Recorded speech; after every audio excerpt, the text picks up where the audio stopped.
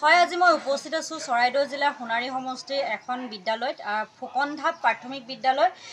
সাপেখাতী শিক্ষা খণ্ডৰ সাপেখাতী হয় আৰু এইখন একেবাৰে গাঁৱলীয়া বালিজান, একেবাৰে নাগালেণ্ড সীমান্তৱৰ্তী অঞ্চলৰ এখন বিদ্যালয়। আৰু এই বিদ্যালয়খনত আচলতে ছাত্ৰ ছাত্ৰীৰ সংখ্যা যথেষ্ট বেছি, 116জন ছাত্ৰ ছাত্ৰীৰ বিপৰীতে কিন্তু শিক্ষকৰ সংখ্যা নিচেই কম। 2জন শিক্ষকে তেওঁলোকৰ 116গৰাকী ছাত্ৰ ছাত্ৰীক তেওঁলোকে পাঠদান কৰিবলগীয়া হয় আৰু যথেষ্ট অসুবিধাৰ সন্মুখীন হ'বলগীয়া হৈছে, যিহেতু তেওঁলোকৰ প্ৰধান শিক্ষকজন অনলাইনৰ কিছু কামৰ বাবে তেওঁ অনলাইনতে ব্যস্ত থাকিবলগীয়া হয় কিছু সময়। এগৰাকী শিক্ষয়িত্ৰীয়ে সহশিক্ষয়িত্ৰীয়ে তেওঁলোকৰ এই 116জন ছাত্ৰ ছাত্ৰীক চোৱা চিতা কৰাৰ যথেষ্ট অসুবিধা হয়।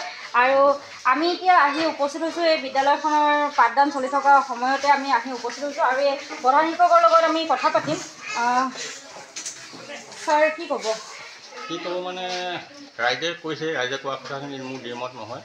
গতিকে অতি সোনকালে শিক্ষকৰ ব্যৱস্থাটো কৰি ছাত্ৰ ছাত্ৰীক গুণগত শিক্ষা শিক্ষিত কৰিবলৈ আশা থাকিব। হয়, যিহেতু ইয়াত দেখিবলৈ পোৱা গৈছে 116গৰাকী ছাত্ৰ ছাত্ৰী আছে আৰু তাৰ বিপৰীতে শিক্ষকৰ সংখ্যা একেবাৰে কম। এতিয়া সেইদৰে চালে 1:60 মানকৈ ধৰিছিল। 1:60 এইটো ভাবিব নোৱাৰা, আকাশ পাতাল পাৰ্থক্য।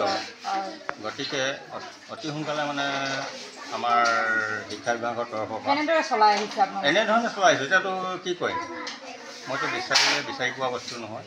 গতিকে কোনোবাই অবৈতনিক বা বিনামূলীয়াকৈ ইয়াত কোনো কৰিবলৈ নাহে। গতিকে এইবোৰ সমস্যা। আৰু গাঁৱৰ কোনোবা শিক্ষিত ল'ৰা আহিলেও তেওঁকোতো কিবা এটা দিব লাগিব। এইটো কথাটো অকলেতো মই একো কৰি দিব নোৱাৰোঁ। গতিকে এনেকুৱাখিনি এইবোৰ সমস্যা। তথাপিও কিছুমান সচেতন পিতৃ মাতৃয়ে নিজৰ ল'ৰা ছোৱালী ঘৰুৱা টিউচন ঘৰুৱাভাৱে মানে ঘৰুৱাতে শিক্ষক মানে নিয়োগ কৰি পেলাই পঢ়াইছে। আৰু মই যিমান পাৰোঁ মোৰ চেষ্টা অসাধ্য মই একো কৰা নাই। মোৰ কাম হ'ল মোৰ লক্ষ্য হৈছে ছাত্ৰ ছাত্ৰীক কেনেকৈ গুণগত শিক্ষা দিব পাৰোঁ। কিন্তু তথাপিও মই বিচলিত হৈ যাওঁ যেতিয়া চৰকাৰী কাম এই মানে সপ্তাহত 2-3 দিন মানে কিবাকিবি মিটিং মাতাং ট্ৰেইনিং এইবিলাক থাকে মানে। গতিকে তেনেকুৱা তাত গুচি যোৱাৰ লগে লগে মোৰ যথেষ্ট বৰ ল'ৰা ছোৱালীখিনিকে মনত পৰিছে, কি হ'ব বাইদেউজনীয়ে কি কৰিব পাৰিছে, কি নোৱাৰিছে, এইবোৰে চিন্তা। গতিকে এইখিনি দূৰ হ'বৰ কাৰণে মই অতি শীঘ্ৰে শিক্ষক নিয়োগ কৰাটোৱে মই কামনা কৰিছোঁ। হয়, আচলতে একেবাৰে ভিতৰুৱা অঞ্চলৰ এখন বিদ্যালয়। এই বিদ্যালয়খনৰ যথেষ্ট সংখ্যক শিক্ষাৰ্থী আছে যদিও শিক্ষাগুৰু নিচেই কম। আৰু ইয়াতে আজি তেওঁলোকৰ যিসকল গাৰ্জেনসকলে তেওঁলোকে এখন ৰাজহুৱা সভা অনুষ্ঠিত কৰিছিলে আৰু ইয়াত আমি তেওঁলোকৰ সৈতে গাৰ্জেনৰ সৈতে কথা পাতিম। কি ক'ব? আমাৰ স্কুলত শিক্ষক শিক্ষয়িত্ৰী একেবাৰে কম। প্ৰধান শিক্ষক আৰু সহকাৰী শিক্ষক দুজনে। ছাৰে বহুতো কামত ওলাই যাবলগীয়া হয়। আজিকালি অনলাইন অফিচৰ কামত ওলাই যায়। অকল বাইদেৱে মানে স্কুল চাবৰ কাৰণে ছাত্ৰ ছাত্ৰীক পঢ়াবৰ কাৰণে বহুত অসুবিধা হৈছে। সেইবাবে শিক্ষামন্ত্ৰীলৈ অনুৰোধ জনাইছোঁ অতি সোনকালে যাতে আমাৰ স্কুলত 3জন বা 2জন শিক্ষক মানে নিযুক্তি দিয়ে, তাকে আৰু যাতে ছাত্ৰ ছাত্ৰী ভাল হয়, ভালকৈ শিক্ষা লাভ কৰিব পাৰে। নহ'লে শিক্ষক নহ'লে ছাত্ৰ ছাত্ৰী পঢ়াব নোৱাৰিলে ছাত্ৰ ছাত্ৰীবিলাক পিছ পৰি যাব। সেই গতিকে অতি সোনকালে যাতে 2জন বা 3জন শিক্ষক আনি দিয়ে, তাকে আমাৰ অভিভাৱকৰ ফালৰ পৰা অনুৰোধ জনাইছোঁ। ধন্যবাদ। হয়, আৰু এজন আছে ইয়াতে, তেওঁ কথা কি ক'ব? হয়, আমি এই বিদ্যালয়খনৰ শিক্ষকৰ বিষয়লৈ আমি বিভাগীয় কৰ্তৃপক্ষৰ লগত আবেদন নিবেদন কৰিছোঁ যদিও আজি তাৰিখলৈকে তেওঁলোকে গুৰুত্ব দিয়া নাই। সেয়েহে আজি এই সভাৰ জৰিয়তে আমি শিক্ষা বিষয়া, জিলা শিক্ষা বিষয়া, শিক্ষামন্ত্ৰী ৰমেশ পেগু ডাঙৰীয়া তেওঁলোকক আমি দাবী জনাইছোঁ অনতি বিলম্বে 116জন ছাত্ৰ ছাত্ৰীৰ পৰিৱৰ্তে তেওঁলোকক যিমানজন শিক্ষক নিয়োজিত কৰিব লাগে সেইকেইজন শিক্ষক আমাক নিয়োজিত কৰি দিব লাগে। অন্যথা আমি ইয়াৰ অভিভাৱিকা তথা ছাত্ৰ ছাত্ৰীৰ জৰিয়তে ইয়াৰ যি গণতান্ত্ৰিক ব্যৱস্থা আছে, গণতান্ত্ৰিক ব্যৱস্থাৰ জৰিয়তে আমি আগবাঢ়িবলৈ বাধ্য হ'ম।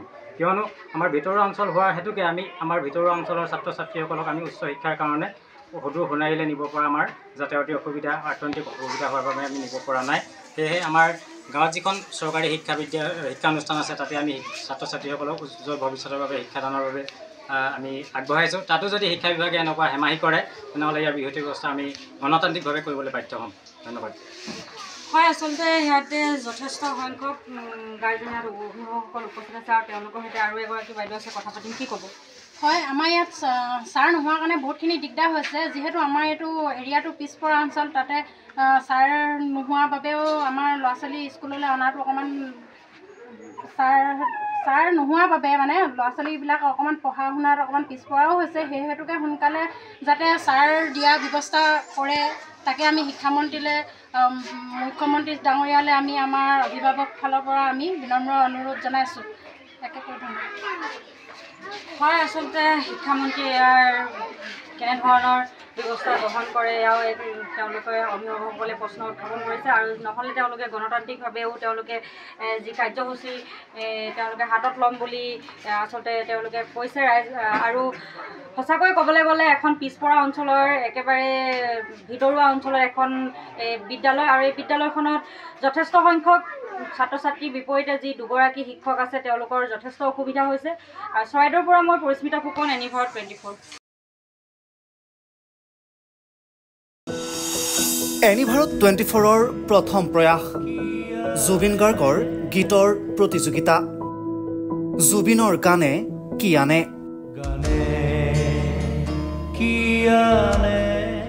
অডিশ্যনৰ বাবে যোগাযোগ কৰক 8638661821 আৰু 8812831556 নম্বৰত। এনিভাৰত 24 উদ্যোগত এটা নতুন সংগীতৰ প্ৰতিযোগিতা আয়োজন কৰা হৈছে, য'ত মোৰ গানৰ প্ৰতিযোগিতা হ'ব। আপোনালোকে তাত প্ৰতিযোগী হিচাপে আহিবলৈ পাৰিব। আৰু মোৰ ফালৰ পৰা আন্তৰিক শুভকামনা জনাইছোঁ। আৰু অনুষ্ঠানটোৰ নাম হৈছে গানে কি আনে। সকলোকে মৰম জনাইছোঁ, সকলোৱে আহক, ইয়াত অংশগ্ৰহণ কৰক। Thank you very much. Love U.